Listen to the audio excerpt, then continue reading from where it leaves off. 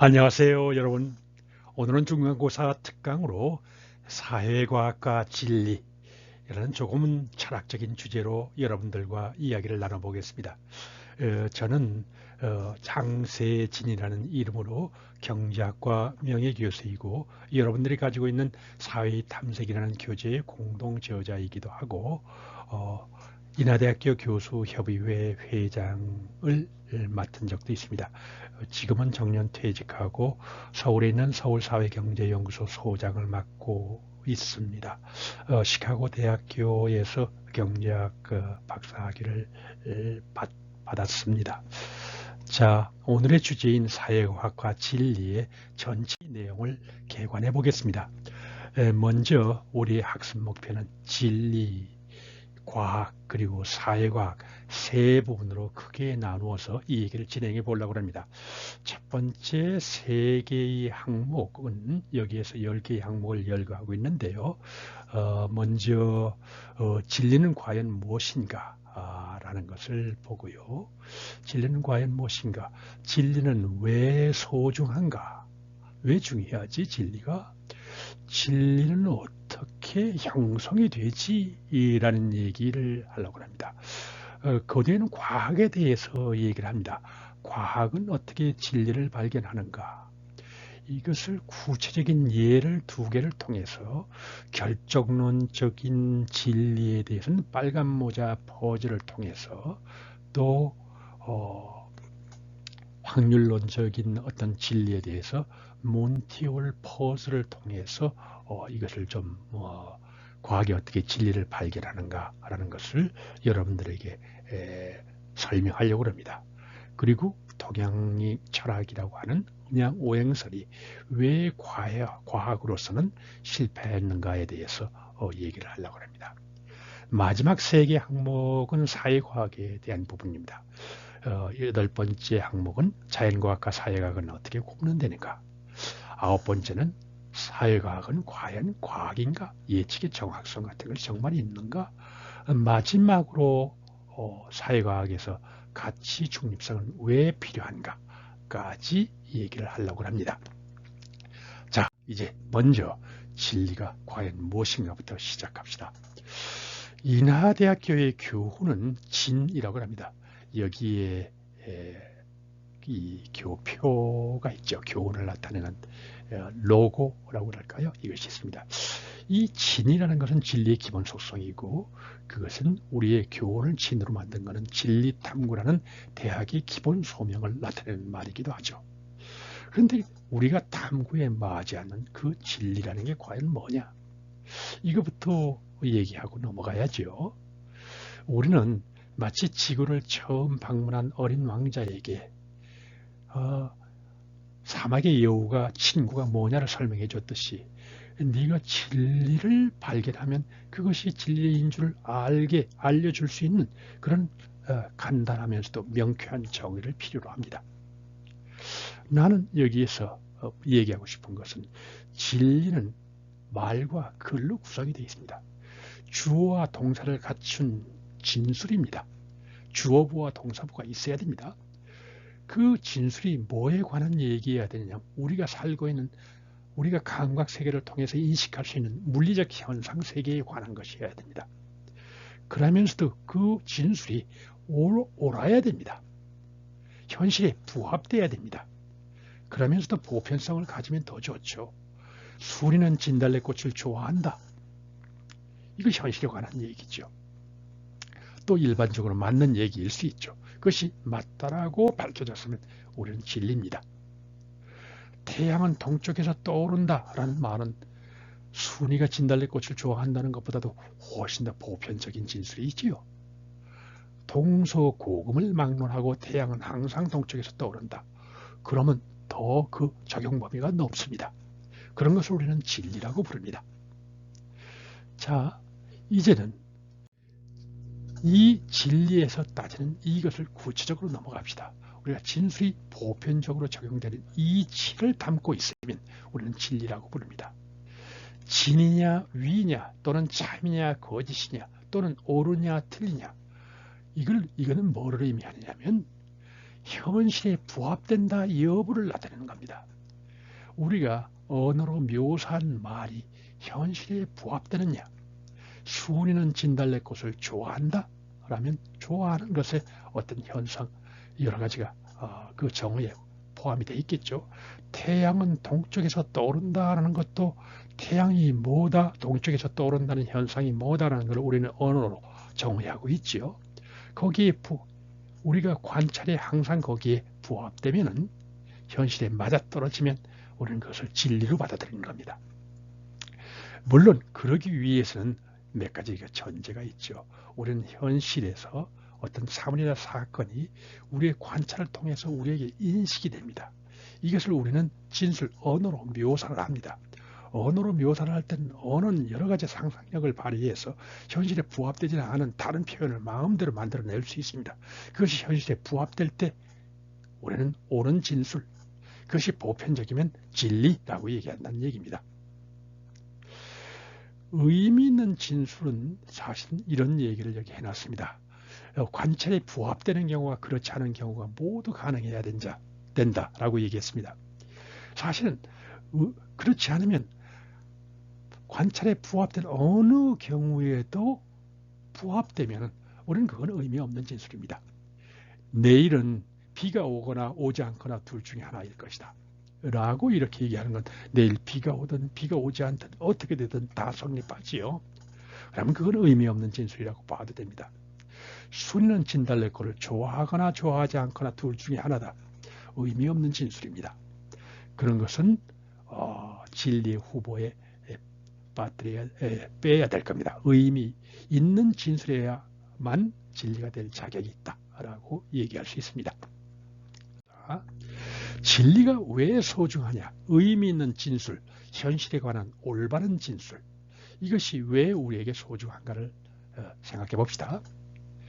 이거는 나는 두 가지를 얘기했습니다. 선택과 문제 해결, 이겁니다. 올바른 선택을 돕는다. 자, 우리 원시 시대로 돌아가서 우리가 사냥을 통해서 우리의 먹을 것을 확보한다고 합시다. 그때는 중요한 것이 도망치냐 쫓느냐입니다. 말하자면 먹느냐 먹히느냐의 어떤 생존 경쟁에서는 우리가 가서 잡아먹을 수 있는 것과 우리가 잡아먹히니까 도망갈 대상을 잘 구별할 줄 알아야 됩니다. 죽느냐 사느냐의 문제가 관련되어 있습니다. 올바른 선택이라는 건 물론 사는 방향으로 우리를 돕는다는 얘기죠. 그와 같이 급박한 상황이 아니라도 먹을 것을 구하는 과정에서 먹을 수 있는 것과 먹을 수 없는 것을 구별하는 건 중요합니다. 여기서는 식용버섯과 독버섯을 얘기했습니다. 그걸 제대로 구분하는, 현실을 제대로 파악하는 것이 소중하다는 얘기입니다. 이것은 먹어도 된다, 저거는 먹어서 안 된다. 이거를 구별하는 보편적인 진술은 우리에게 소중합니다. 때로는 문제를 해결하기 위하여 진리가 소중합니다. 예를 들어서 제너는 천연두라는 죽음의 병을 물리치기 위해서 사실은 백신이라는 걸 발견했습니다. 제너는 천연두에 걸리는 원인이 신의 노여움이 아니라 어떤 세균에 의한 것일런지도 모른다. 어떤 바이러스에 의한 것일런지도 모른다. 라는 상상을 가지고 있었던 것입니다. 그래서 거기에서 사실은 저술자는 어떤 처녀들은 천연두가 걸리지 않는다는 걸 유심히 관찰하고 그 보편성으로부터 거기에서 어떤 천연두균을 약화시킨 것을 우리에게 주사를 하면 면역체를 형성해서 천연두에 걸리지 않을 수 있다는 것을 발견해낸 겁니다. 위대한 발견이죠. 에디슨은 좀 더 실용적으로 그 당시에 발견된 전기의 원리에 따라서 텅스텐을 장착한 여러 가지 방식을 실험을 하다가 전구라는 것을 발견해냈습니다. 이런 새로운 대안을 발견하는데도 늘 어떤 현실에 대한 올바른 진술을 갖다 그 기반으로 하고 있는 것이 틀림이 없습니다. 때로는 그와 같이 직접적인 생존의 문제, 실용의 문제랑은 별개로 우리에게 심리적인 만족을 줄 수도 있습니다.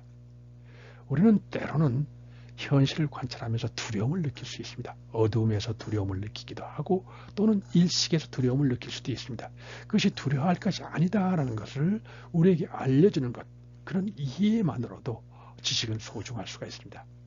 일식이 작년 6월 달에 큰 계기일식이 있었죠. 그 계기일식이 사실은 신의 분노 때문에 생겨나는 것이 아니라 달의 그림자 때문에 생겨나는 것이다. 달이 태양을 가림으로써 생겨나는 것이다 라는 것을 안다는 것은 안도하게 하고 우리를 경의로 이끌 수도 있죠. 때로는 이런 이해를 넘어서 단순히 지적 호기심을 충족하는 수단이 될 수도 있습니다. 과거에는 지구는 네모난가 둥근가 또는 지구는 멈춰있는가 돌고 있는가 라는 것이 지적 호기심의 대상이었습니다. 그렇지만 그것이 이익고는 당장은 아니라도 미래의 어떤 다른 선택 또는 다른 대안, 이해를 돕는 어떤 바탕이 될 수도 있습니다. 진리는 그래서 사실은 우리에게 올바른 판단을 돕기도 하고 새로운 대안으로 문제를 해결하기도 하고 우리를 자연에 대해서 이해를 하게 하기도 하고 때로는 지적 호기심을 충족시키기도 하는 그런 기능을 수행합니다.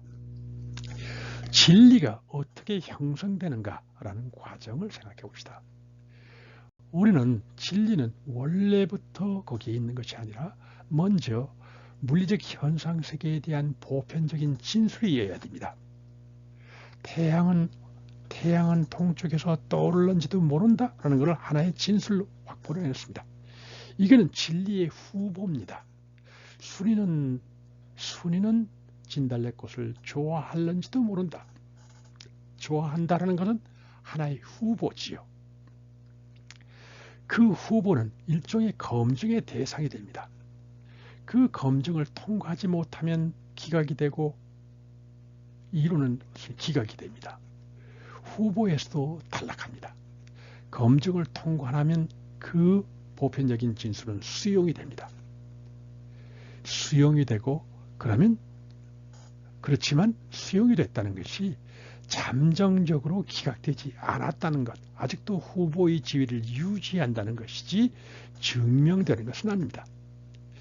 태양이 동쪽에서 떠오른다는 것조차도 증명된 것은 아닙니다. 태양이 동쪽에서 떠오른다는 건 언젠가는 그렇지 않은 때가 올는지도 모릅니다. 아직까지는 잠정적인 겁니다. 영구 불변의 진리는 없습니다. 그런 의미에서. 보편적인 진술이 충분한 신뢰를 축적할 때까지는 아직도 가설 또는 이론이라고 부릅니다. 천동설과 지동설의 대표적인 예입니다. 천동설은 이윽고는 그 자리를 지동설에 물려줬지요. 그래서 지동설은 지금의 진리로 받아들여지고 있습니다. 성선설과 성학설 사이에서는 어느 쪽이 옳은지를 아직도 대립 중에 있습니다. 상대성 이론, 하나의 이론으로 서서 지금은 진리로 받아들여지고 있죠. 특수 상대성 이론이든 일반 상대성 이론이든. 합리적인 기대 이론은 여러분들에게 낯설는지는 몰라도 시카고 대학의 루카스가 주장한 이론으로 사람들의 미래를 예상할 때 그것이 주가든 또는 어떤 장래의 인플레이션율이건 뭐건 미래에 대한 예상은 오늘의 행동을 결정하는 데 대단히 중요한 역할을 하는데 그 미래의 예상은 지금 그 경제 주체가 가지고 있는 모든 정보를 완전히 활용해서 합리적으로 형성된다 라는 것을 합리적 기대 이론 또는 합리적 기대 가설이라고 부릅니다. 아직도 진리로 받아들여지기보다는 하나의 가설로서의 지위를 유지하고 있습니다. 기각되지는 않고 수용되고 있죠. 자, 그것이 좀 더 구체적으로 태양이 동쪽에서 떠오른다는 진술에 대해 진리로 형성되는 과정을 좀 구체적으로 살펴보는 게 필요한지 모릅니다. 그것이 더 여러분들의 이해를 도울 겁니다. 우리는 해가 동쪽에서 떠오른다는 진술을 왜 보편적으로 믿고 있을까요? 우선 1차적으로는 관찰입니다. 직접적인 관찰. 2차적으로는 추론이 있습니다. 먼저 관찰부터 얘기해 봅시다. 우리는 우리 스스로 관찰을 통해서 우리가 어렸을 때도 지금 컸을 때도 작년에도 재작년에도 봄에도 여름에도 가을에도 겨울에도 동쪽에서 떠오르는 걸 우리 자신이 끊임없이 확인해 봤습니다. 거기다가 내가 낮잠을 자고 아침에 늦잠을 잤을 때 서쪽에서 떠올랐을지도 모른다라는 의구심이 있다면, 사실은 만일에 그런 일이 있다면 친구가 나한테 알려줬을 텐데, 아니 우리만 관찰한 게 아니라 우리 이 나라에서는 사실은 동쪽에서 떠오르지만 아프리카 어떤 나라에서는 서쪽에서 떠올랐는지도 모르잖아. 남쪽에서 떠올랐는지도 모르잖아. 그렇지만 우리는 이렇게 얘기합니다. 만일에 그런 일이 있다라고 하자. 그러면 어떤 기장가가 그걸 신문에 썼을 때고 그것이 어떤 경로를 통해서는 내 귀에 들어왔을 텐데 아직은 그런 일이 없었다. 아니 그렇지만 옛날에 삼국시대 때는 서쪽에서 떠올랐는지도 모르잖아. 그 만일에 그런 일이 벌어졌다면 어떤 역사관가는 삼국유사든 어디에든 그걸 써놨을 테고 그걸 내가 직접 보지 않아도 어느 교수가 보든지 어떤 신문 기자가 보고 나한테 알려줬을 텐데, 따라서 우리 관찰이라는 것은 이 경우에 태양이 동쪽에서 떠오른다는 믿음을 뒷받침하는 어떤 관찰이라는 것은 수십억, 수백억 명이 수천일, 수천 번, 수백만 번 이상 동안 관찰한 것을 집약해서 우리에게 전달하고 있는 겁니다. 그것이 서포트하고 있습니다.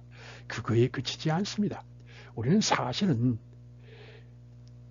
태양이 동쪽에서 떠오른다는 것이 지구가 동쪽으로 회전하면서 생기는 겉보기 현상이라는 걸 압니다. 지구는 거대한 질량을 가진 자전한 회전체입니다. 그러면 거대한 회전 모멘텀을 가지고 있습니다. 이 거대한 회전 모멘텀은 외부에서 그에 상쇄하는 힘이 작용하기 전에는 일정하게 유지가 됩니다. 그 유지되는 건 예를 들어서 김연아의 트리플 악셀에서도 우리는 확인하고 전자의 스핀에서도 확인합니다. 이러한 수많은 독립적인 증거들이 해는 동쪽에서 떠오른다는 진술을 뒷받침하고 있는 것입니다. 직접적인 증거, 간접적인 증거, 이거 모든 것이 태양은 동쪽에서 떠오른다는 이 진술을 뒷받침하고 있다는 얘기입니다. 진리가 형성되는 과정에서 직접 관찰되는 태양은 동쪽에서 떠오른다는 것이 아닌 관찰되지 않은 어떤 원리가 있다면 그걸 어떻게 검증할까요? 직접 관찰되지 않은 원리는 그 원리로부터 추론되는 다른 관찰 가능한 현상들을 관찰해서 우리는 검증할 수 있습니다. 지구가 동쪽으로 회전한다는 건 아까 이미 얘기했습니다만 동쪽으로 회전한다라는 사실은 해가 동쪽에서 떠오르는 것처럼 보인다는 것으로부터 확인할 수 있습니다. 그런 겉보기 현상이 어떻게 나타나느냐를 면밀히 연구해서 지구가 동쪽으로 회전한다라는 것과 해가 동쪽에서 직접 떠오르는 것과의 차이를 갖다 우리가 확인할 수 있습니다. 순이가 나를 좋아하느냐 안 하느냐는 마음을 이렇게 뒤집어 보기 전에는 알 수는 없지만 그것도 여러 가지 관찰하는 방법이 있습니다. 날 보고 웃는다든지 나한테 친절하게 대하든지 내가 무슨 청하면 잘 들어준다든지 하는 식이겠죠. 이런 것을 통해서 직접 간접의 증거들이, 독립적인 증거들이 누적이 되면서 어떤 진술이 진리로 발돋움하게 되는 것입니다. 과학은 어떻게 그러한 진리를 발견해 나가는가라는 문제로 넘어가겠습니다. 과학은 기본적으로 이론과 검증의 연쇄를 통해서 진리를 발견해 나갑니다. 그러면 이론이 뭐냐? 라는 것을 얘기합시다. 이론은 가정의 집합입니다. 가정의 집합, 가정들이 서로 논리적으로 모순이 되지 않도록 하는 그런 가정들의 집합입니다. 가정은 그럼 뭐냐? 가정은 보편적인 원리의 후보로 검증하지 않고 어떤 것을 선택해서 그것이 옳다라고 그냥 잠정적으로 상정하고 있는 진술을 가정이라고 얘기합니다. 예를 들어서 특수상대성 이론에서는 두 개의 가정을 가지고 있죠. 빛의 속도는 관찰자와 상관없이 항상 일정하다. 빛의 속도의 항등성이라고 할까요? 그 다음에 물리적인 현상은 전자기 현상이든 뭐든 상대적인 관찰자의 위치에 따라서 동일하게 관찰이 된다. 상대성의 원리라고 할 수 있죠. 이 두 가지 가정으로 특수상대성 이론이 구성되어 있다고 할 수 있습니다. 그 가정들은 서로 논리적으로 모순이 되지 않습니다. 내적 일관성을 가지고 있는 셈이죠. 그런데 그것은 그러면 어떤 식으로 검증이 되느냐라는 것은 이미 얘기했죠. 가정 자체가 직접 검증이 되는 것이 아니라 가정으로부터 이론으로부터 논리적인 추론을 거쳐서 유도된 명제를 먼저 만듭니다. 이것을 우리는 정리라고 부릅니다. theorem이라고 얘기하죠. 이론은 가정의 집합이니까 가정들의 집합으로부터 논리적인 추론을 거치면 거기서부터 어떤 그 가정이 맞을 때 반드시 논리적으로 맞을 수밖에 없는 정리, 어떤 결론을 도출할 수 있습니다. 그러면 이론은 사실은 아까는 가정의 집합이라고 얘기했지만 가정의 집합과 많은 경우는 가정의 집합만으로도 잘 정의가 됩니다. 그렇지만 그로부터 논리적인 추론으로 유도될 수 있는 정리들까지도 일부 포함해 가지고 우리는 이론이라고 부르는 수가 많이 있습니다. 그것 없이 가정의 집합이 있으면 그로부터 논리적으로 추론될 수 있는 정리들도 다 잘 정의가 되니까 그냥 가정의 집합이라고 해도 좋습니다.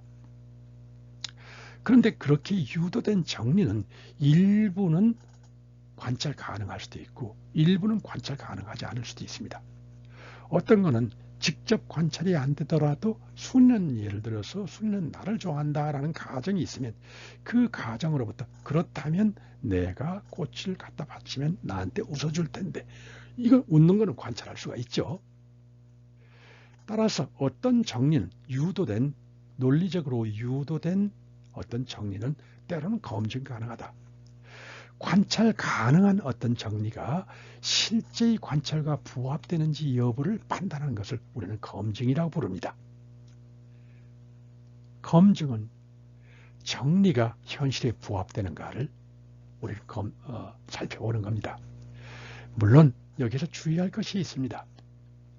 많은 경우 이론 고유의 어떤 언어 체계를 가지고 있습니다. 우리의 현실을 관찰할 때는 그 이론 고유의 언어 체계를 현실에 적용되는 관찰에 적용될 수 있는 언어 체계로 번역을 해야 될 수도 있습니다. 그런 번역을 거쳐서 현실에 부합되느냐의 여부를 따져야 되는 경우가 많이 있겠죠.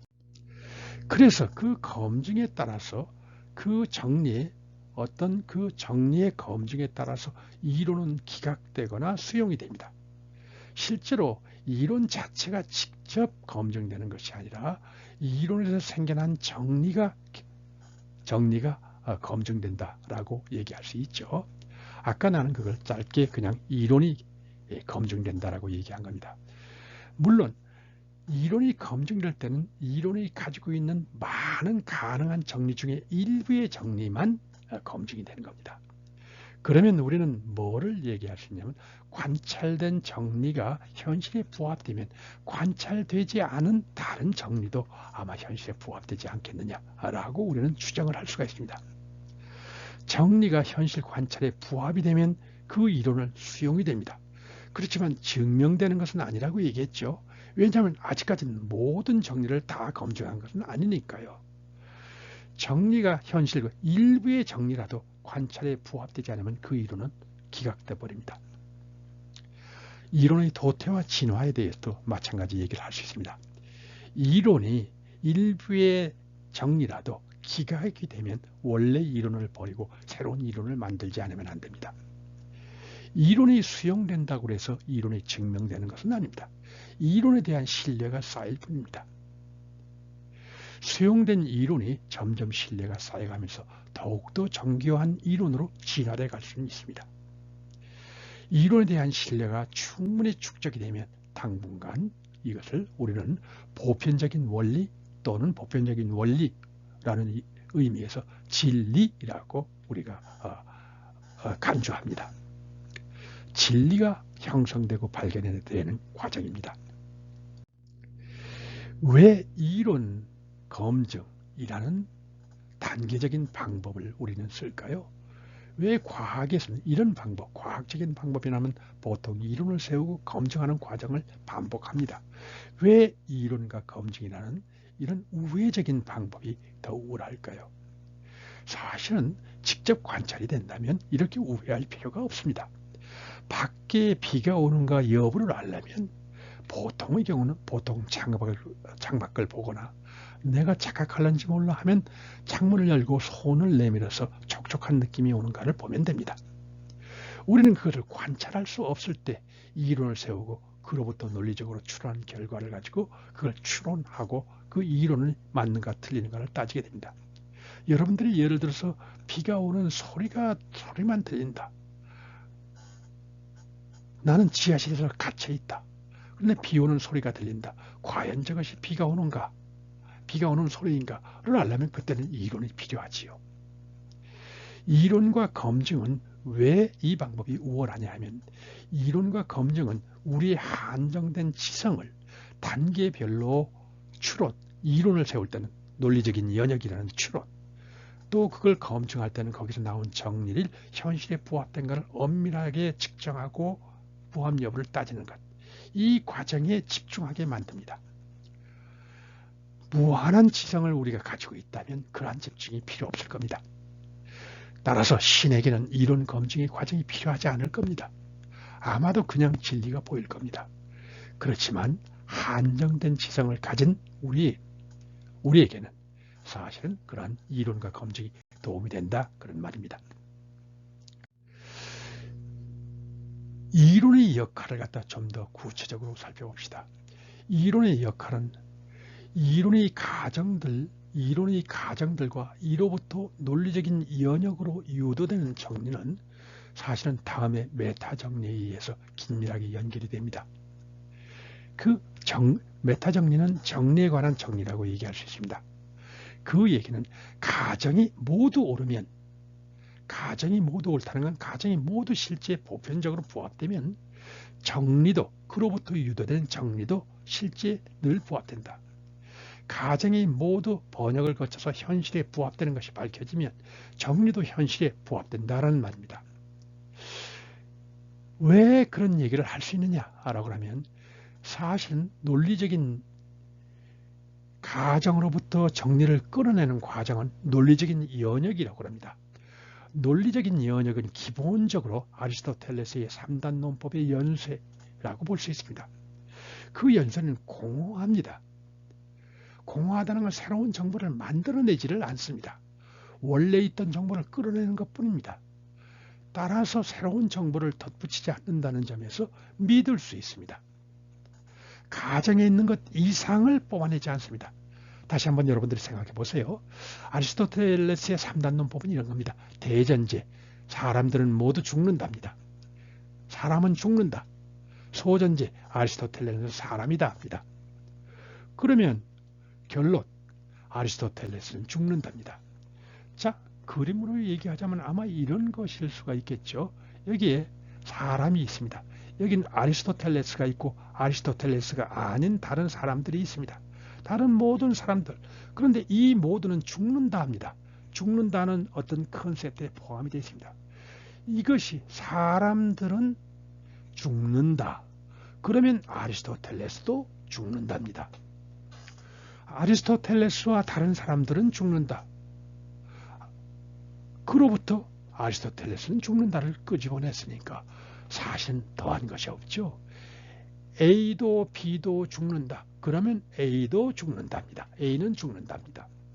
공허하지요. 원래 대전제에 다 포함되어 있던 것을 다시 만들어내는 것에 불과합니다. 따라서 우리는 뭐라고 얘기할 수 있냐면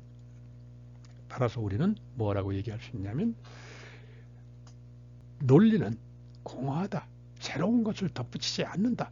있는 것을 그대로 다른 형태로 드러낼 뿐이다. 따라서 믿을 수 있다. 그것이 메타정리입니다. 논리적인 연역, 원래 가정이 현실에 부합된다면 논리적으로 연역된 결론도, 즉 정리도 현실에 부합된다.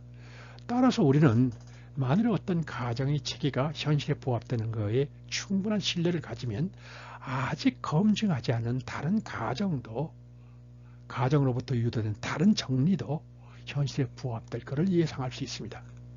만일에 상대성 원리가 맞다면은 사실은 우리가 아직 관찰하지는 않았지만 나중에나마 거대한 중력장 부근에서 빛이 휘는 것을 보게 될 것이다 라고 예측할 수 있습니다. 그런 식입니다. 검증의 역할은 무엇인가를 봅시다. 이론의 역할을 얘기했고 검증의 역할을 따로 봅시다. 검증은 그냥 우리가 단순하게 종합적으로 관찰해 가지고는 사실은 진리를 발견하기 어렵습니다. 순위의 여러 행동을 보고 순위가 나를 좋아하는가 아닌가를 갖다고 우리가 판단하려고 그런다고 합시다. 그럼 어떻게 보면 순위가 나를 좋아하는 것 같고 아니 어떻게 보면 나를 싫어하는 것 같고 결론을 낼 수가 없습니다. 단순한 종합적인 관찰은 흔히 감성으로 왜곡되거나 편향되기 쉽습니다. 그렇지 않고 과학적인 검증만이 사실은 이런 감성의 왜곡과 편향으로부터 독립적으로 작동할 수가 있습니다. 검증은 정리가 현실이 부합되는가 여부를 엄격히 판정할 뿐입니다.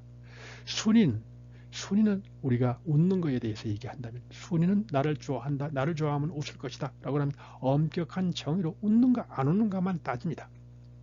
자, 여러분들이 오늘의 운세가 맞는지 아닌지를 갖다 우리가 여러분들이 검증한다고 합시다. 어떻게 해야 될까요? 오늘의 운세가 맞는지 안 맞는지를 검증한다. 이것이 맞느냐 안 맞느냐를 객관적으로 검증을 하려면 어떻게 검증해야 되는지 여러분들 한번 생각해 보세요. 토정 비결이 맞느냐 안 맞느냐 우리가 검증하려면 어떻게 해야 되느냐. 우리는 더블 블라인드 테스트라고 하죠. 흔히 우리는 그걸 믿느냐 안 믿느냐에 따라서 사실은 그쪽으로 기울고 안 기우는 경향이 있지요. 그러한 편향, 감성으로 왜곡되거나 뭐 하는 편향을 없애려고 하면 토정 비결이 과연 맞는지 안 맞는지를 어떻게 검증할 것인가를 한번 생각해 보세요. 나는 이 문제를 이제 이런 과학이 진리를 발견하는 과정을 구체적인 퍼즐을 통해서 그 과정을 살펴보려고 합니다. 이거는 새 죄수의 퍼즐이라고도 알려져 있고 또는 빨간 모자, 하얀 모자 퍼즐이라고 얘기하기도 합니다. 자, 세 사람의 죄수가 있습니다. 나는 여기서 뭐를 살펴보려고 하느냐면 죄수가 직접 볼 수 없는 자기 모자의 색깔을 어떻게 발견하게 되는가 라는 과정을 보려고 합니다. 세 사람의 죄수가 있습니다. 교도소장이 모두 눈을 감게 한 뒤에 각자에게 빨간 모자 또는 하얀 모자를 씌워줬습니다. 죄수는 눈을 뜬 후에도 다른 죄수의 모자 색깔은 볼 수 있지만 자신이 쓴 모자의 색깔은 볼 수 없습니다. 다른 죄수에게 물어볼 수도 또한 말해줄 수도 없습니다. 그렇다고 합시다. 자, 그런데 거기에다 대고 교도소장이 이렇게 얘기합니다. 세 사람 중 적어도 한 사람은 빨간 모자를 쓰고 있다.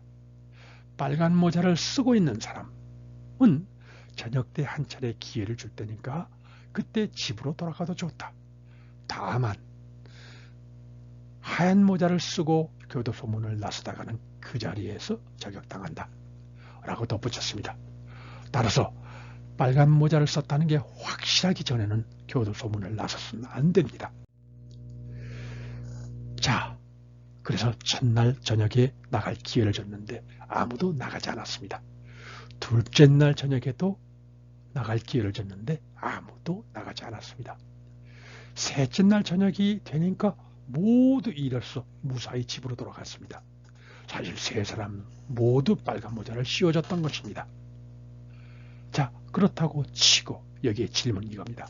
왜 셋째 날 저녁에야 그 세 사람의 죄수는 모두 자기가 빨간 모자를 쓰고 있다는 것을 확실히 알고 집으로 돌아가게 되었을까요? 어떻게 자신이 빨간 모자를 쓰고 있다는 걸 확실히 추론할 수 있었을까요? 이 얘기입니다. 자, 이 풀이 방법에서 이론과 검증이 어떤 식으로 사용되는가를 자세히 살펴보세요. 자, 첫 번째는 이론 검증을 직접 적용합니다. 세 사람의 죄수를 A, B, C라고 부르고 A 입장에서 생각하겠습니다. A 입장에서 자기 모자 색깔은 관찰하지 못합니다. 따라서 거기에 대해서는 우리가 이론을 세울 수밖에 없습니다. 내가 하얀 모자를 쓰고 있다라고 생각해 봅시다. 내가 하얀 모자를 쓰고 있다. 이걸 A의 이론 W입니다. AW입니다. 그러면 B는 내가 하얀 모자를 쓰고 있다는 것을 보면서 B도 자신도 하얀 모자라면 C가 첫날 나갔을 것이라는 것을 알게 되었을 것이다. 그런데 내가 하얀 모자를 쓰고 B가 자기도 하얀 모자를 쓴다면 C가 첫날 나갔을 것을 알았을 텐데 C가 첫날 나가지 않았으니까 그 순간 B는 둘째 날에는 자기가 하얀 모자일 리가 없다. 따라서 빨간 모자라는 것을 알았을 것입니다. 따라서 B는 그러면 둘째 날 나갔을 겁니다. 그런데도 B는 둘째 날 나가지 않았습니다. 따라서 그러면 B가 나가지 않았다는 것로부터 내가 하얀 모자를 쓰고 있다는 가정은 틀립니다. 기각됩니다. 따라서 나는 A는 둘째 날이 지나고 나서 셋째 날에는 내가 하얀 모자를 쓰고 있다는 걸 확실히 알게 됩니다. 사실은 이러한 추론에서 A, B, C 세 사람의 할당은 임의적이고 B도 똑같은 각도에서 A 입장에서 생각할 수 있고 C도 똑같이 A 입장에서 생각할 수 있습니다. 따라서 세 사람은 동시에 사흘째 되는 날 교도소 문을 나서서 나갈 수 있습니다. 자, 이 얘기는 직접적으로 개인의 A 입장에서 이론과 검증의 과정을 말했습니다. 이제는 전지적 시각에서 A 시각이 아니라 모든 사람을 내려보는 입장에서의 이론과 검증의 방법을 적용해 봅시다. 세 사람들은 모두 교도소 소장의 말을 듣는 순간부터 빨간 모자가 적어도 하나는 있다. 즉 빨간 모자가 하나 또는 둘 아니면 세 개가 있다는 것을 알게 됩니다. 그런데 빨간 모자가 하나밖에 없다라고 합시다. 그러면 두 사람은 첫째 날 적어도 빨간 모자가 하나밖에 없으면 그 하나밖에 없는 그 사람은 두 사람이 하얀 모자를 쓰고 있단 말이죠. 그러면 그 한 명은 하얀 모자 두 개를 보고 첫째 날 자신이 빨간 모자라는 걸 알아채렸을 겁니다. 따라서 그 사람이 첫째 날 나갔어야 됩니다. 그런데 첫째 날 아무도 나가지 않았다. 라는 거로부터 세 사람은 모두 빨간 모자는 하나는 아니다. 적어도 두 개 이상이다 라는 걸 알았을 겁니다. 그런데 빨간 모자가 두 개라고 합시다. 즉 하얀 모자가 하나라고 합시다. 그러면 둘째 날 하얀 모자 하나를 본 사람은 두 개 이상인 것을 아는데 한 사람이 하얀 모자를 쓴 것을 보는 순간 자기는 빨간 모자라는 걸 알아채렸을 겁니다. 따라서 둘째 날 나갔을 겁니다. 그런데 둘째 날에도 아무도 나가지 않았다는 걸 본 순간 두 개다라는 가정도 이제는 틀립니다. 따라서 세 사람 모두 빨간 모자는 하나도 두 개도 아닌 세 개다라는 걸 동시에 알아차리고 셋째 날에는 모두 나갔을 겁니다. 이게 이론과 검증의 전지적인 시각에서 적용한 예입니다. 이제는 마지막으로 다른 해법도 있다는 것을 강조해 두려고 합니다. 사실은 여기에서 모든 경우를 다 열거하고 소거에 의하여 하나씩 지워나가는 방안도 있습니다. 사실은 이 문제가 어느 외국어 고등학교의 구두 시험에도 날 수 있었던 것은 이런 소거에 의해서 풀 수 있기 때문입니다. 마치 우리가 진리를 찾는 것은 어두운 곳에서 열쇠를 잃어버리고 나서 열쇠가 있을 만한 영역을 우물정자로 구획지어서 9구분으로 나눠 가지고 거기 하나하나를 찾아보는 것과 상당히 유사합니다. 또 수학적인 귀납법에 의해서 풀 수도 있습니다. n명의 죄수 모두에게 빨간 모자를 씌우면 n일째 나갑니다. 여러분들 두 사람이 있으면 어떻게 되는지 알죠? 두 사람이 있을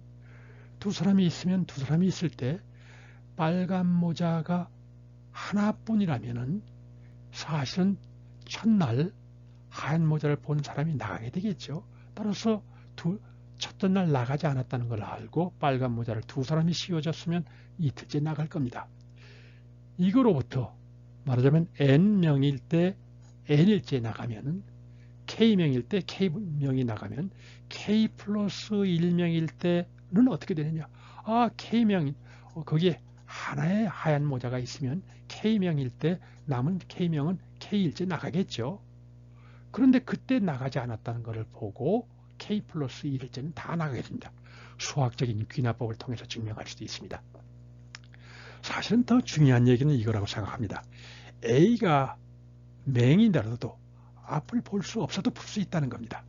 어떻게 풀 수 있을까요? 나는 이렇게 제일 첫 번째 이렇게 얘기했습니다. 제일 첫 번째 우리가 풀 때 이런 식으로 풀었습니다. 자, A 입장에서 생각해 보자. 내가 하얀 모자라면 B는 하얀 모자를 보았을 것이다. 이때 내가 무엇을 보고 있는 건 하나 중요하지 않습니다. B는 자신도 하얀 모자를 쓰고 있다면 C가 나갔을 것을 알았을 것이다. 근데 C가 나가지 않았으니까 둘째 날에 B는 나갔을 것이다. 근데 B는 나가지 않았다는 것은 B도 내가 하얀 모자가 아니라는 것이다. 이 얘기는 사실은 내가 눈이 멀었어도 같은 추론을 할 수 있죠. 이거 대단히 중요한 얘기입니다. 어떤 관찰이나 정보는 오히려 방해가 될 수도 있습니다. 내가 내 눈에 두 개의 빨간 모자를 보고 있다는 것은 전혀 이 경우에 도움이 안 될 수 있습니다. 오히려 빨간 모자 두 개를 봄으로써 자기가 빨간 모자일 가능성이 더 줄어든다고 생각했을는지도 모르죠. 사실은 눈앞에 뭐가 보이든 안 보이든 전혀 보이지 않아도 이 문제를 풀 수 있다. 사실은 이 얘기는 왜 중요하냐면 현실에서는 말입니다. 우리가 정해진 수학 문제에서는 가지고 있는 모든 정보를 다 활용해야 문제가 풀립니다. 여러분들이 대학 입시 같은 수능 문제 같은 데서 어떤 주어진 정보를 활용하지 않고 어떤 답을 냈으면 그 답은 틀렸을 가능성이 대단히 높습니다.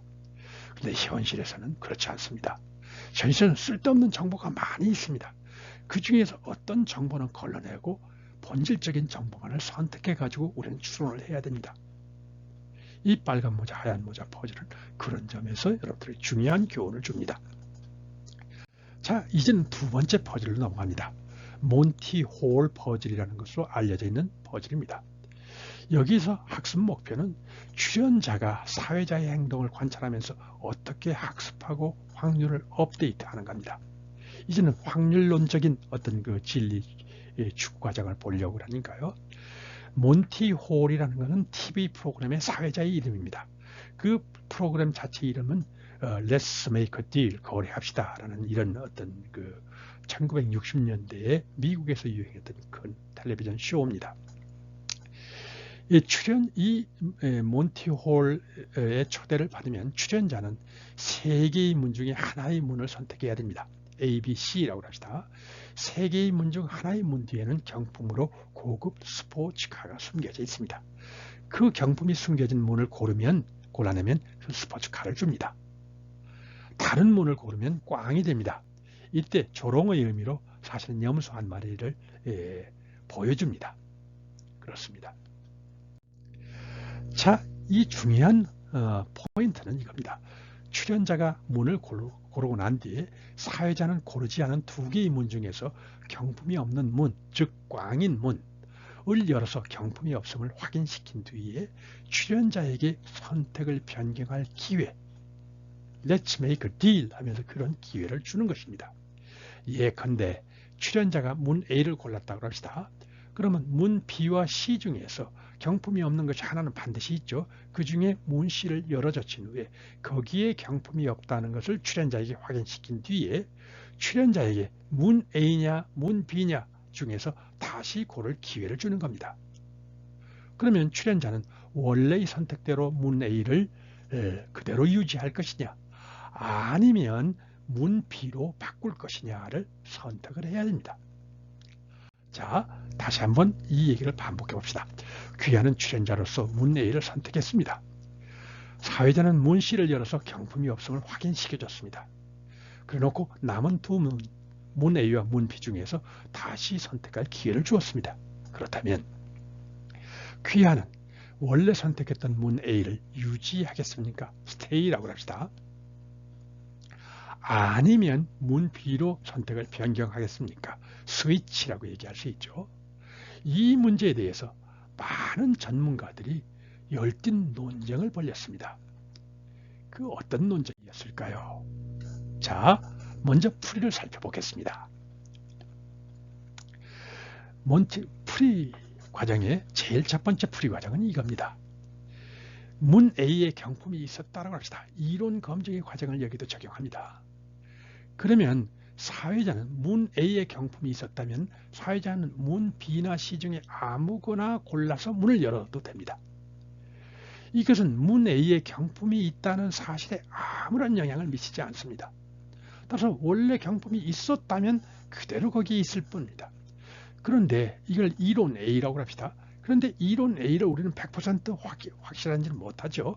이론 A가 맞을 확률은 3분의 1입니다. 3분의 1. 경품이 문 A 뒤에 있다. 이럴 확률이 3분의 1인 거나 마찬가지죠. 위의 추론에 의하면 그 확률에는 어떤 변화도 없었다는 것을 의미합니다. 경품 분명히 문 C에는 없습니다. 따라서 문 A 아니면 문 B에 있습니다. 문 A 뒤에 있을 확률이 3분의 1이라면 문 B에 있을 확률은 1 빼기 3분의 1, 3분의 2. 문 B에 있을 확률이 3분의 2겠죠. 따라서 당첨 확률을 높이기 위해서 문 B로 바꿔야 됩니다. 여러분들 동의합니까? 이것을 다른 각도에서 봤을 수도 있습니다.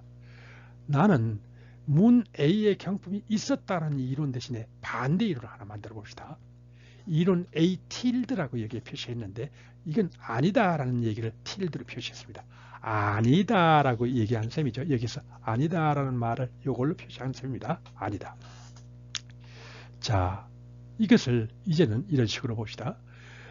그러면 사회자는 원래 문 A의 경품이 없었다라고 합시다. 그럼 B나 C 중에 어디에 있었겠죠. 그러면 사회자는 B나 C 중에 경품이 없는 문을 골라서 열었을 겁니다. 그렇다면 이거는 열지 않은 문 B에 C를 열었다면 열지 않은 문 B에 경품이 있다는 것을 의미하고 B를 열었다면 열지 않은 문 C에 경품이 있다는 것을 의미하죠. A에 없으니까 B나 C 중에 있을 것 아닙니까? 열지 않은 문에 있었겠죠. 그런데 이론 A tilde가라고 할 것을 여기 뺐네요. A tilde가라고 얘기해야 됩니다. A tilde, 이런 A tilde 이걸 뭐라고 얘기해야 되냐? 이걸 검은색으로 표시해서 A tilde로 표시해야 됩니다. A가 아니다, A에 없다라는 것이 맞을 확률은 3분의 2입니다. 이것은 위의 치로는 이것이 A가 맞지 원래 없었으면 A에 지금도 없을 겁니다. 따라서 같은 확률 이론 B, B에 있다는 것이 맞을 확률이 3분의 2라는 것을 의미합니다. 따라서 이론 A가 맞을, 이론 A tilde 대신에 이론 A가 맞을 확률은 3분의 1입니다.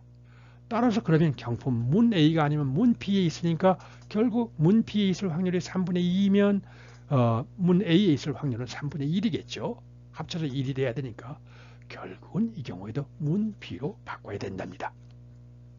자, 이 얘기 대신에 두 번째 표를 통해서 이걸 계산하는 방법을 갖다 생각해 봅시다. 표를 통해서 계산한다. 표를 통해서 계산한다. 보이지 않는 것, 경품이 어디에 있느냐를 갖다 나는 어디에 표시하냐면 행에다 표시하도록 합시다. 행에다 표시한다는 말은 이런 말입니다. 행에다 표시한다. 행에다 표시. 이걸 행이라고 하고 이걸 열이라고 하죠. 행에다가 보이지 않는 것, 경품 A에 있는지 B에 있는지 C에 있는지 이건 우리가 직접 관찰이 안 되는 겁니다. 관찰하는 건 B를 열었냐 C를 열었냐만 관찰하는 것뿐입니다. 예를 들어서 내가 문 A를 선택했을 때 경품이 A에 있다면 내가 올바르게 선택을 했다면 B나 C는 경품이 없으니까 사회자는 B를 열 수도 있고 C를 열 수도 있죠. 따라서 반반의 확률을 열 겁니다. 0.5 대 0.5. 경품이 B에 있으면 어떻게 해야 될까요? B를 열어서는 안 되죠. 꼭 C를 열어야 됩니다. 없는 거를 열어야 되니까요. 만일에 경품이 C에 있다면 B를 열고 C를 열지 말아야 됩니다.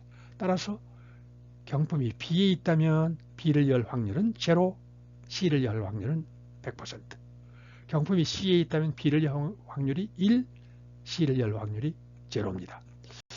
이것은 모든 상태를 다 포괄하는 것이 아닙니다.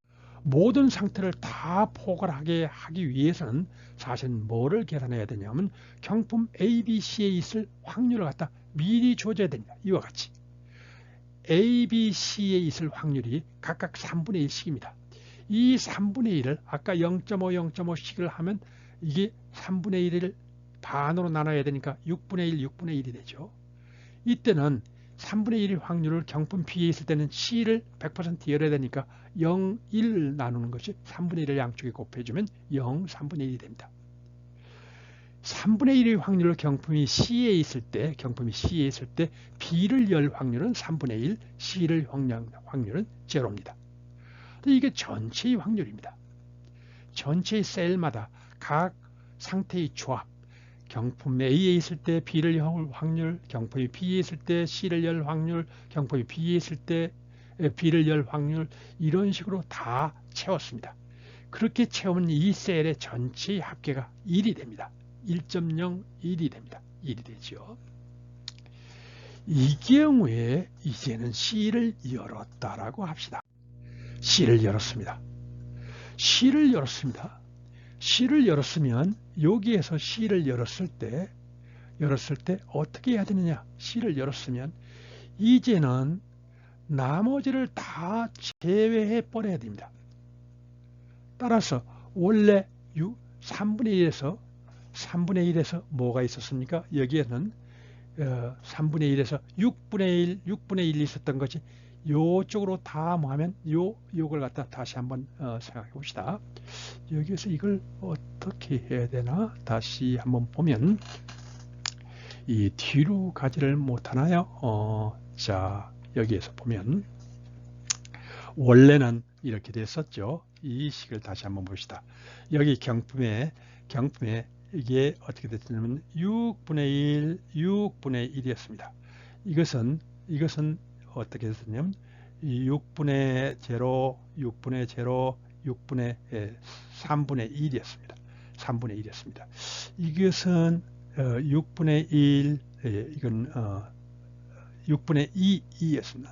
6분의 2 또는 3분의 1이었었네요. 3분의 1. 그런데 이거는 지금 생각할 수 없는 것 아닙니까? B를 열지를 않았으니까요. 따라서 요거 전체가 1이 돼줘야 됩니다. 요거 전체. 이것도 생각할 필요가 없죠, 이제는. 요거 전체에 3분의 1, 6분의 1 합쳐서 2분의 1이 된 것이 1이 돼주려고 하면 열기 C가 전체가 드러났으니까 이제는 전체적으로는 열기 B와 C가 2분의 1을 확률했던 것이 이것이 실현이 된 뒤에는 이 2분의 1을 1로 곱해주는 것처럼 이거를 전부 2배로 전부 곱해줘야 됩니다. 따라서 6분의 1은 3분의 1이 되고 3분의 1은 3분의 2가 됩니다. 결국 뭐라고 최종적인 결론은 어떻게 된다고? 최종적인 결론은 여기서처럼 C를 열었을 때는 경품이 A에 있을 확률은 3분의 1, B에 있을 확률은 3분의 2 이렇게 된다는 얘기입니다. 따라서 경품 A보다 경품이 B에 있을 확률이 더 크니까 A를 고집하지 말고 B로 스위치하면은 당첨될 확률이 2배만큼 올라가게 된다. 이렇게 얘기할 수 있습니다. 자, 이 과정에서 사실은 몬티올 퍼즐을 대수적으로 푸는 방법을 생각해 봅시다. 우리는 베이즈 정리를 사용해서 이걸 계산할 수 있습니다. 우리는 사건에서 이런 식으로 생각을 해봅시다. 이걸 사건을 X 경품이 어디에 있다는 걸 X 프라임으로 나타냅시다. A 프라임은 예를 들어서 A 뒤에 있다. B 프라임은 B 뒤에 있다. C 프라임은 C 뒤에 있다. 이런 얘기입니다. 사회자가 문을 여는 걸 더블 프라임 표시를 합시다. X 더블 프라임, A 더블 프라임은 문 A를 열었다. 말하자면 이런 식입니다. 그러면 A 프라임은 경품을 문 A 뒤에 숨겼다. C 더블 프라임은 문 C를 연다. 이런 사건이 됩니다. 그러면 이때 우리는 확률을 나타내는데 어떤 사건 X'이 있을 때 그 사건을 PX바라고 합시다. 사건 X'이 나타나는 확률을 P'이라고 얘기합시다. 그 다음에 조건부 확률을 여기 정의합니다. X'이라는 어떤 상태가 있을 때 X''이 생겨날 그럴 확률을 조건부 확률, 경품이 X 뒤에 숨어져 있을 때 X라는 문을 열 확률을 어떤 식으로 표시하느냐 하면 이런 식으로 표시를 해줍니다. 그러면 요 얘기는 뭡니까? 요 얘기는 P A 프라임 바 C 더블 프라임은 뭐를 의미합니까? 이걸 수직으로 나타내면 이것이 주어졌을 때 사회자가 문 C를 열었을 때 경품이 A에 숨겨져 있을 확률입니다. 자, 다시 한번 얘기하면 이렇습니다. 이걸 지우고 얘기합시다. 지우고 얘기하면 사회자가 문 C를 열었을 때 경품이 A 뒤에 숨어 있을 확률, 요것을 이런 식으로 얘기하고, 요거는 뭐를 얘기하냐면 경품이 A 뒤에 숨어져 있을 때 사회자가 문 C를 열 확률, 이런 식으로 계산을 해봅시다. 그런 식으로 계산을 한다라고 하면 어떤 결론이 나오느냐 하는 걸 갖다 봅시다. 베이지 정리는 조건부 확률을 이런 식으로 상태 X에 관한 자료를 D를 살펴볼 때, 데이터의 약자입니다. 데이터 D를 살펴보고 나서 상태 X, 어떤 상태가 맞을 확률을 어떤 식으로 계산을 하냐면 사실은 조건부 확률 PDX, X라는 상태가 있었을 때 어떤 자료가 관찰될 확률. 예를 들어서 X라는 상태는 문 A 뒤에 경품이 있었을 때 문 C를 사회자가 여는 이런 사건이 생길 그런 관찰을 할 확률, 이런 걸로 변화를 시켜줍니다. 요때 여기에서 나오는 요 얘기를 갖다 봅시다. 여기에서 보면 요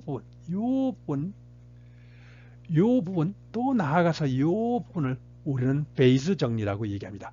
자, PX 바 D, 이건 무슨 얘기냐 하면 이런 얘기죠. 요 얘기는 PX 바 D는 D라는 관찰이 이루어진데 상황을 X가 현실일 확률은 사실은 현실이 원래 X일 확률에다가 X가 있을 때 D라는 것이 관찰될 확률을 D가 관찰될 확률로 나눈 값과 같다. 이걸 우리는 베이스 정리라고 부릅니다. 좀 더 일반적으로 적용하기 쉬운 형태의 베이스 정리는 그 옆에 써 있습니다. 그런 식으로 계산을 하려고 하면 어떤 결론이 나오냐면, 어떤 계산 결과가 나오냐면 여기서부터 이렇게 봅시다. 문 C가 열렸을 때, 문 C를 사회자가 열었을 때 A의 경품이 있을 확률은 요 식에 따라서 요거를 위에다 곱해주고 D 자리에 뭐를 줬습니까? C 더블 프라임을 갖다 놓고 X 자리에 A 프라임을 갖다 놓은 형태로 이걸 변형을 시키면은 결국은 어떤 식으로 계산이 되냐면 원래 A 뒤에 경품이 있을 확률 3분의 1에다가 A 뒤에 경품이 있을 때 문 C를 열 확률 0.5지요. 그거에다가 그 같은 확률을 갖다 이거 다 해줬습니다. C를 열 확률은 A에 있으면서 문을 열거나 B의 경품이 있으면 C를 열거나 둘 중에 하나죠. A에 있으면서 문을 열 확률, C에 있으면서 문을 열 확률, B에 있으면서 문을 여는 확률이네. B에 있을 확률이 3분의 1이고 대신 B에 있을 때는 반드시 C를 열어야 되니까 1이라는 값을 취하게 되죠. 여기에서 어떤 식으로 계산을 해주냐면 3분의 1을 모두 지워주면 0.5 나누기 1.5가 됩니다. 이것을 확률로 바꾸면 3분의 1이 됩니다. 아까 결론과 일치하죠. 결국은 C를 열었건 뭐를 열었건은 A에 원래 있는 확률, 원래 있던 확률 3분의 1을 변화시키지 않는답니다. 그런데 C문을 열었을 때 B에 있을 확률은 어떻게 되느냐? 이 과정에서 이 자리에다가 이 부분을 B에 있으면서 C를 열 확률을 갖다 여기다 곱해줘야 되죠. 여기다 올려놔야 되죠. 밑에 다른 분모는 아까와 똑같습니다. 그러면 그 값은 1.5분의 1 또는 3분의 2입니다. 즉 문 B에 있을 확률이 3분의 2가 됩니다. 결국 문 B로 바꾸면 당첨 확률이 2배로 올라갑니다. 여기까지입니다. 그렇습니다. 자, 그래서 나는 세 가지 방법. 첫 번째는 이론의 방법, 또 두 번째는 테이블로 보여주는 방법, 세 번째는 대수적으로 보여주는 방법. 이런 세 가지 방법으로 사실은 몬티올 퍼즐을 풀었습니다. 결론은 늘 같았습니다. 그런데도 불구하고 전문가들 사이에서 열띤 논쟁이 일어나고 여기에 관해서 여러 가지 전문적인 논문들이 나오기도 하고 그랬습니다. 양자역학적인 해석도 나오고 그랬었습니다. 왜 그런 열띤 논쟁이 일어났느냐라는 얘기를 사후적으로 살펴보면 그렇습니다.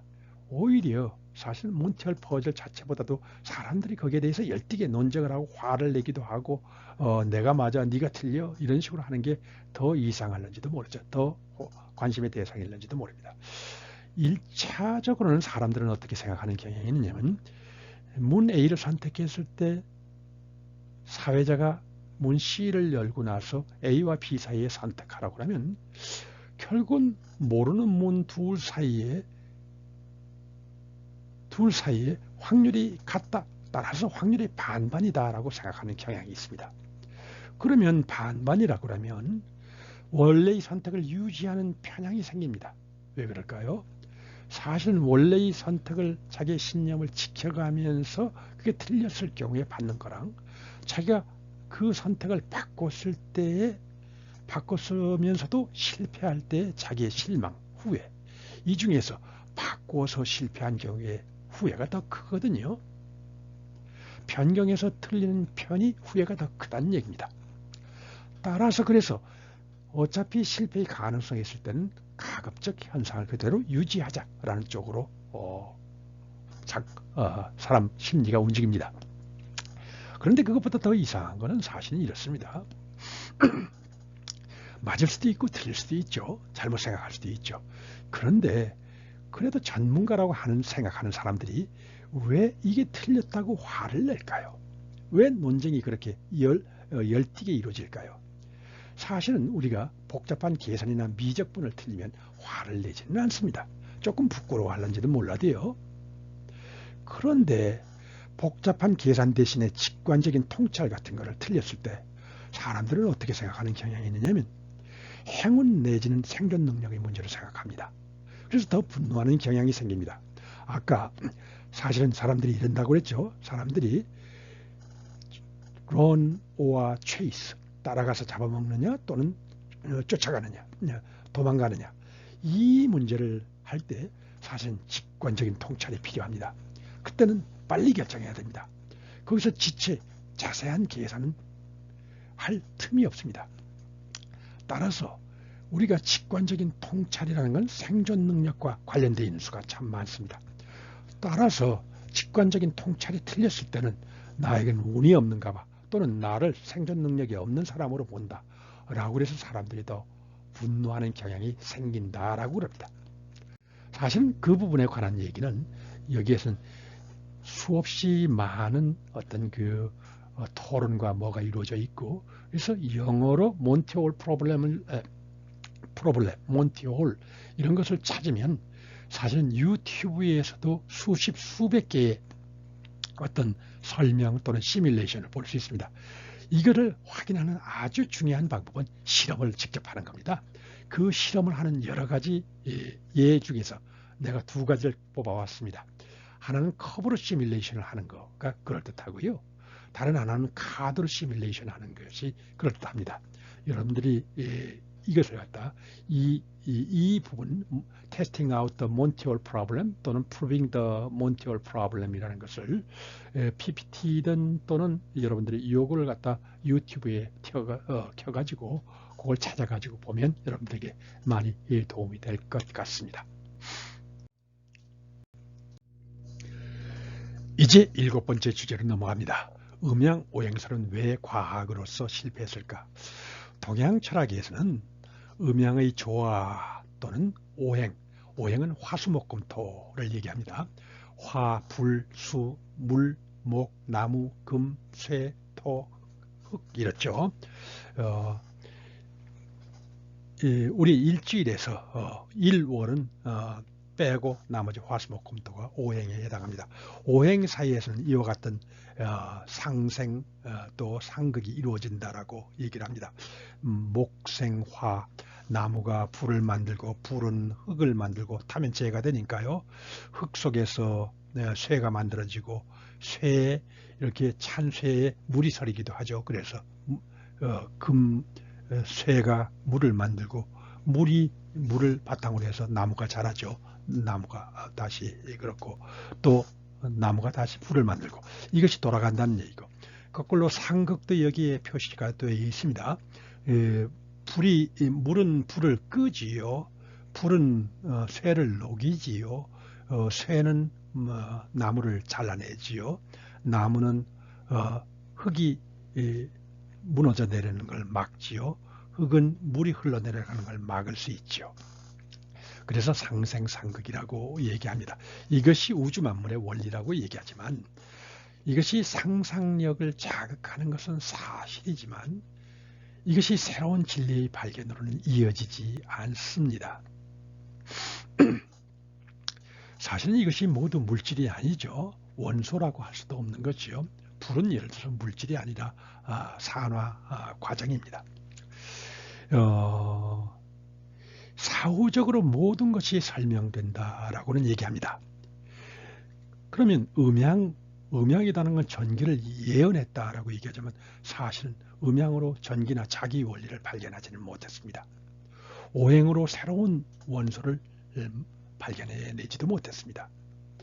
여기에서 우주 만물의 원리가 있다라고 그러지만 피타고라스의 정리라든지 전기, 전파 또는 농사를 질 때 필요한 질소인산 칼이라는 비료의 3요소 또는 신종 코로나 백신 이런 것들도 직접 만들어내지는 못하고 그 모든 것이 음양오행설에 다 예언이 되어 있다라고 얘기할 뿐입니다. 우리는 음양오행설이 하나만의 이론이 아니라 유사한 이론의 집합체라고 볼 수 있습니다. 사실은 그것이 한의학에도 쓰이고 그 다음에 관상에도 쓰이고 토정비결에도 쓰이고 또는 주역에도 이렇게 쓰이고 그렇죠. 이것은 유사한 이론의 집합체라고 하는데 유사한 이론들이 어떤 핵심적인 개념이나 가정 등을 공유하고 있습니다. 이런 공통성을 공통적인 보편 어떤 이론의 그룹의 공통적인 속성을 우리는 패러다임이라고 부릅니다. 이론의 집합체라고 볼 수도 있죠. 패러다임이. 그 패러다임은 때로는 새로운 이론을 만들어내고 새로운 발견을 예측하고 생성해냅니다. 그러면서 발전해 나갑니다. 새로운 발견을 예측해내죠. 예를 들어서 특수 상대성 이론은 원자폭탄과 같은 것을 예측하고 생성해냅니다.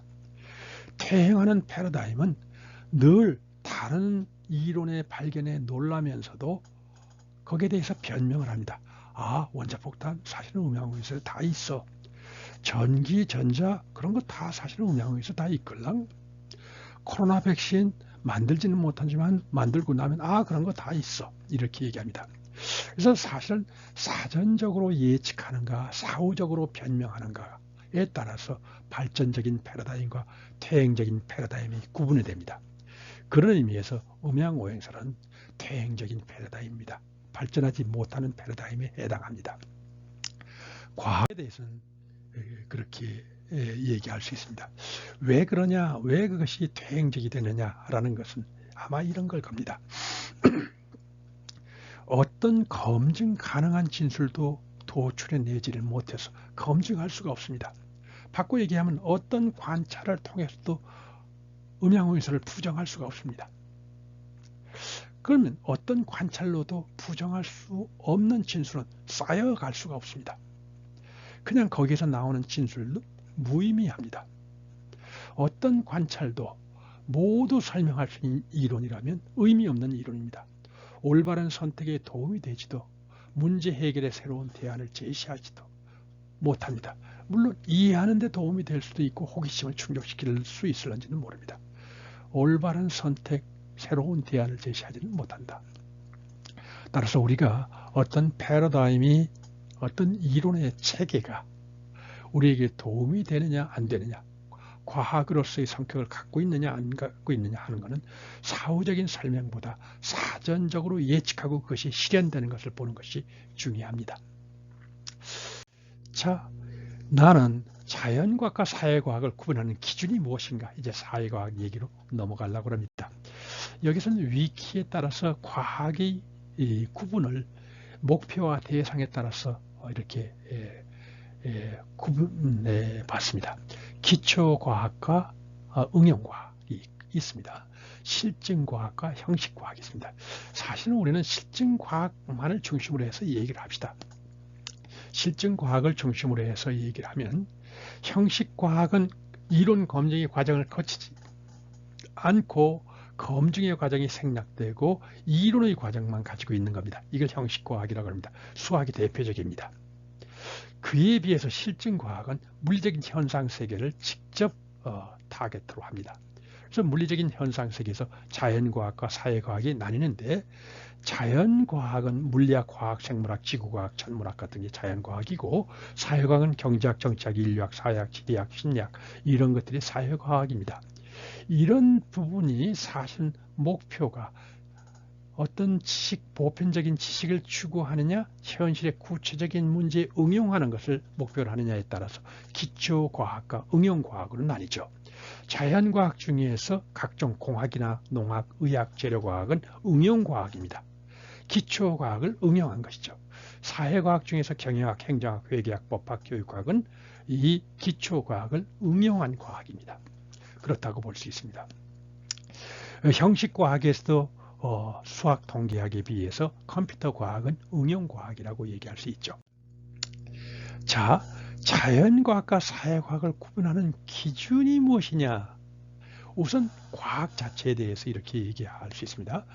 과학은 반복적인 관찰과 실험을 통해서 현상에 대해서 정보를 수입하고 수집하고를 잘못 얘기했네요. 조직하고 하는 어떤 객관적이고 자기 교정적인 방법입니다. 이론 검증의 방법이 거기에 해당합니다. 형식과학은 전적으로 연역에만 의존합니다. 기초과학은 기본 지식을 추구하고 응용과학은 특정 문제에 대한 해법을 추구합니다. 자, 자연과학과 사회과학을 구분하는 기준이 무엇이냐? 대표적으로 같은 사람에 관한 연구인데 의학은 자연과학이고 왜 경제학은 사회과학인가? 사실은 이렇습니다. 자연과학에서 자연스럽다라고 하는 것은 인간의 의식과 의지가 들어가지 않았다는 겁니다. 따라서 인간의 의지를 통해서 선택한 것이 아닐 때는 우리는 자연과학이라고 부릅니다. 자연스럽다라는 말은 인간의 의지가 개입하지 않았다는 의미인 셈입니다. 사람은 의식 속에서 우주를 재구성하고 우리의 행동은 자유의지에 따른 선택의 결과지요. 그런데 의학은 왜 자연과학으로 치느냐? 사람에 관한 건데 질병에 걸린 것은 우리의 의지나 선택의 결과가 아니기 때문입니다. 우리는 한번 코로나나 걸려볼까? 이런 식으로 해서 코로나가 걸리는 것이 아니다라는 말이죠. 그러니까 말하자면 자연 의지와 관계없이 바이러스에 의해서 또는 우리의 생체적인 어떤 병리 현상에 의해서 또는 선천적으로 어떤 병에 걸린 것은 우리의 의지와는 관련 없이 생겨나는 것이니까 그걸 갖다 우리는 자연스럽다 또는 자연과학의 대상이다 라고 이렇게 얘기를 합니다. 이렇게 얘기를 하면 그 순간에 과연 자유의지에 따른 선택의 결과를 연구하는 사회과학이 과학으로서 자격을 갖추었는가 문제가 됩니다. 그런데 사회과학을 과학이라고 얘기하는 것은 사실은 역사적으로는 제법됐습니다. 프랑스의 철학자 오거스트 꽁뜨는 이미 19세기에 사실은 과학으로서 사회과를 얘기하고 있습니다. 과학의 역사를 크게 보면 과학의 역사는 신학적인 시대에서부터 형이상학적인 시대를 거쳐서 과학적인 시대로 왔죠. 과학적인 시대라는 것은 바로 이론과 검증, 현실에 관한 것을 현실에 검증해가는 과정을 거친다는 얘기입니다. 과학적인 복잡성이 어떤 식으로 커져가느냐 하면 사실은 천문학보다는 물리학이 더 복잡해지고 물리학보다는 화학보다는 생물학이, 생물학보다는 사실은 인간에 관한 사회학이 더 복잡해집니다. 사회과학이 더 복잡해지죠. 그러면 사실은 인간의 자유의지에 따른 행동은 변덕스럽고 불규칙해서 과학적인 탐구의 대상이 될 자격이 없는 것은 아닐까? 사실은 그런 규칙성이 없는데도 불구하고 다른 근거 없이 자연과학의 과학성에 기대는 어떤 그런 것이 아닐까? 이런 질문이 나올 수 있다는 얘기입니다. 그에 대해서 이렇게 얘기할 수 있습니다. 사회과학은 과연 과학인가? 사람의 행동이 과연 예측할 수 있느냐? 나는 여기서 사고 실험을 하나 여러분들에게 제안하고 싶습니다. 천천히 갔다가 갑자기 멈춰서 가지 않는다고 합시다. 이 역도 아닌 곳에서 송내쯤 지난 어떤 중간에서 갑자기 천천히 멈춰 섰습니다. 안내방송도 없이 1분, 2분 지나자 이제는 초조합니다. 거기서 누가 내기를 겁니다. 이거 전철의 고장 때문이다. 아니면 기관사의 변덕 때문이다. 전철의 고장이라는 건 전철의 조향장치, 제동장치, 동력전달장치 뭐 이런 것이 고장났다는 얘기입니다. 아니 이게 자연과학적인 이유가 아니라 사회과학적인 이유 때문이야. 기관사의 변덕 때문이야. 기관사가 자유의지로 예를 들어서 민들레꽃을 보고 순이랑 같이 꽃반지 끼고 놀던 데를 생각해서 동시를 짓기 위해서 잠시 전철을 세운 거일 거야. 전철의 고장 때문이냐 기관사의 변덕 때문이냐. 자연과학적인 예측성이 어긋나서 그러냐 사회과학적인 예측성이 어긋나서 그러냐. 이거 논쟁의 대상이 될 수 있죠. 그런데 사실 우리는 암묵적으로 이런 사고 실험에서 많은 사람들이 어떻게 얘기하느냐 하면 사실 이 경우에 기관사의 변덕 때문이 아니라 전철의 고장 때문이다라고 하는 경향이 있습니다. 왜 우리는 이 경우에 기관사를 전철보다 또는 조향장치나 제동장치나 동력전달장치보다도 더 믿을까요? 기계보다도 어떻게 사람을 더 믿을까요? 우리는 사실 그 사람 기관사의 이득과 비용, 그 사람의 선택을 갖다 생각하고 있습니다. 선택은 이득과 비용을 비교하지요. 비교해서 이루어지죠. 이 경우에 이득은 갑자기 전철을 멈춘 이득은 시상을 놓치지 않고 시를 찍는답니다. 어떤 다른 이유도 있겠지만요. 이 경우에 비용은 뭘까요? 직장을 잃어버릴 겁니다. 평판이 나빠져서 다른 데 취직도 못할 겁니다. 아마 거기다가 전철이 늦어져서 출근 시간에 늦은 직장인들, 강의 시간에 늦은 학생들 또는 중요한 약속을 지키지 못하게 된 비즈니스맨들이 합쳐져서 집단 소송이라도 걸 겁니다. 수백억 집단 소송이 될는지도 모릅니다. 그러면 이 비용이 너무 커서 이득이 서로 크다고 하더라도 그걸 훨씬 초과할 것이기 때문에 사실은 적어도 안내방송을 하고 다음 정거장까지 가서 나 지금 시가 급해 그러니까 네가 대신 전철 운전을 잠깐 맡아줘 하는 정도의 조치도 안 하고 그냥 거기서 전철을 멈추고 시를 짓고 있을 리는 없다라고 사람들은 추론을 합니다. 바로 이런 사람의 행동에 대한 예측 가능성에 대한 믿음, 우리가 차를 몰고 거리로 나올 수 있는 이유도 다른 사람들이 중앙선을 갑자기 침범해서 들어오지 않을 것이다 라는 어떤 합리적인 선택에 대한 믿음이 있기 때문에 그럴 수 있는 겁니다. 따라서 거기는 사람의 어떤 행동은 상당한 예측 가능성이 있다라고 얘기할 수 있습니다. 그래도 사람의 행동이 예측 가능하다라는 것이 불쾌하지 않은가, 기분 나쁘지 않은가.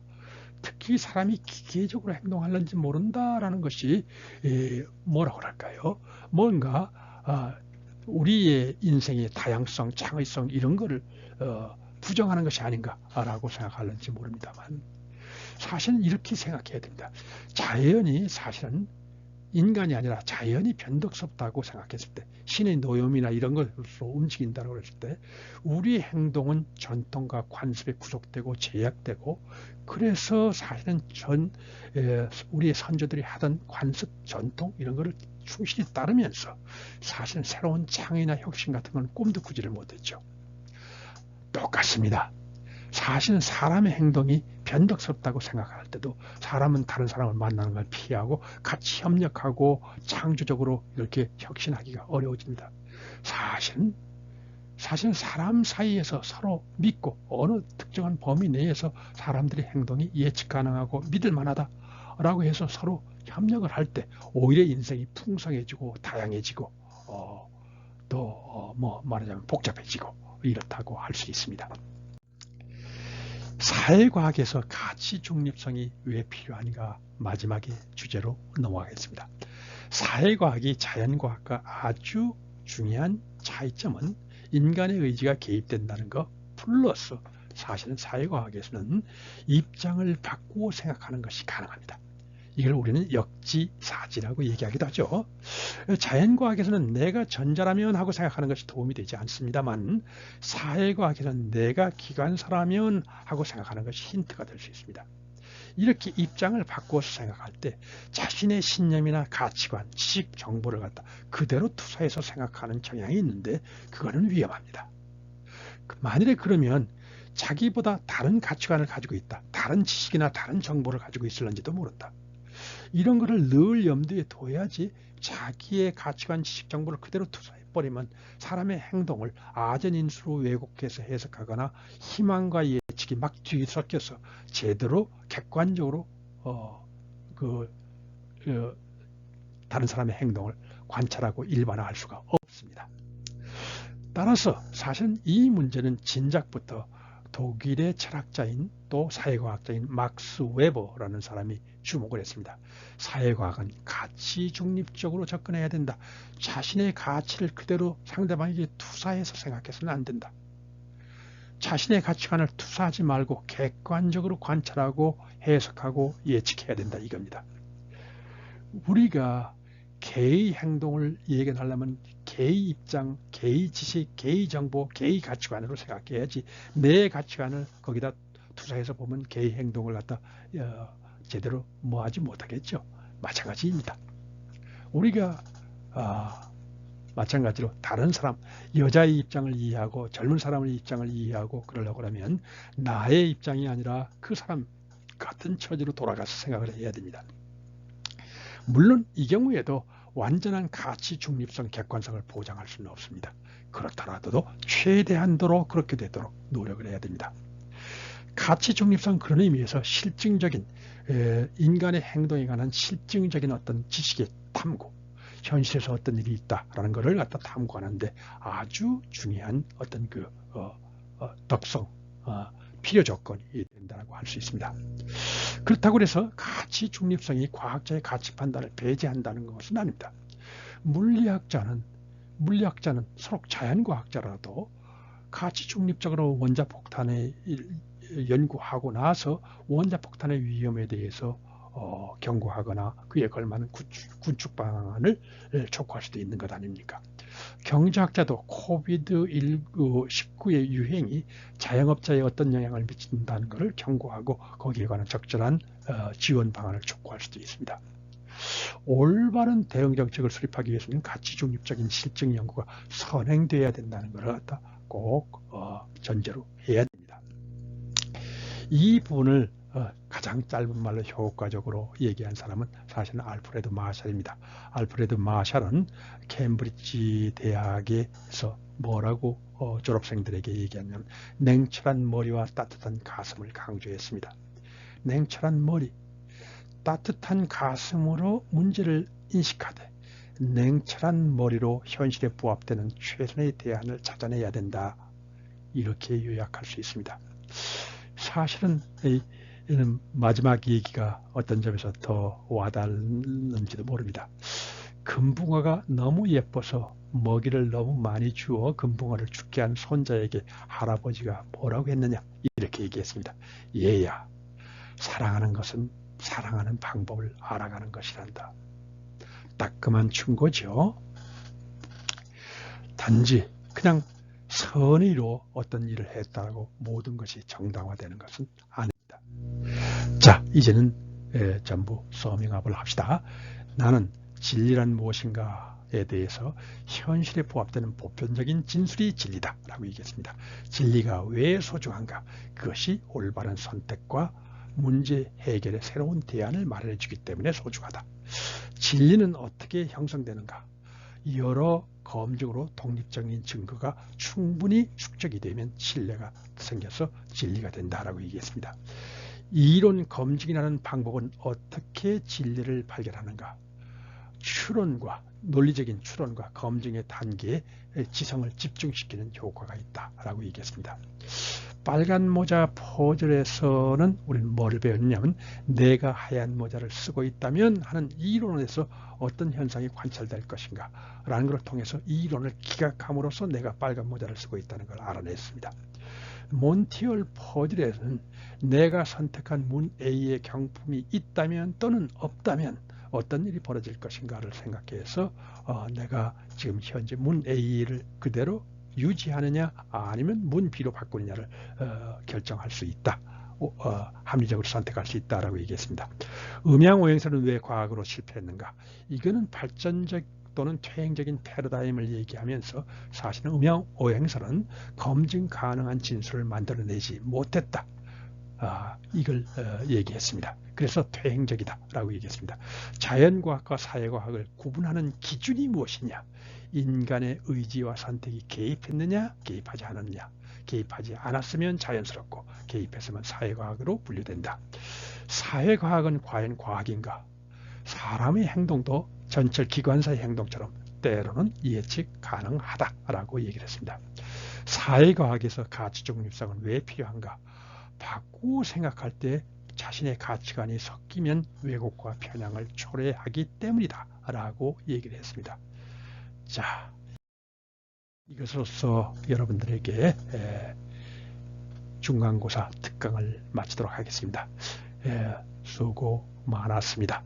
빠른 시일 안에 밝고 건강한 모습으로 캠퍼스에서 만날 수 있기를 기대합니다. 이상입니다.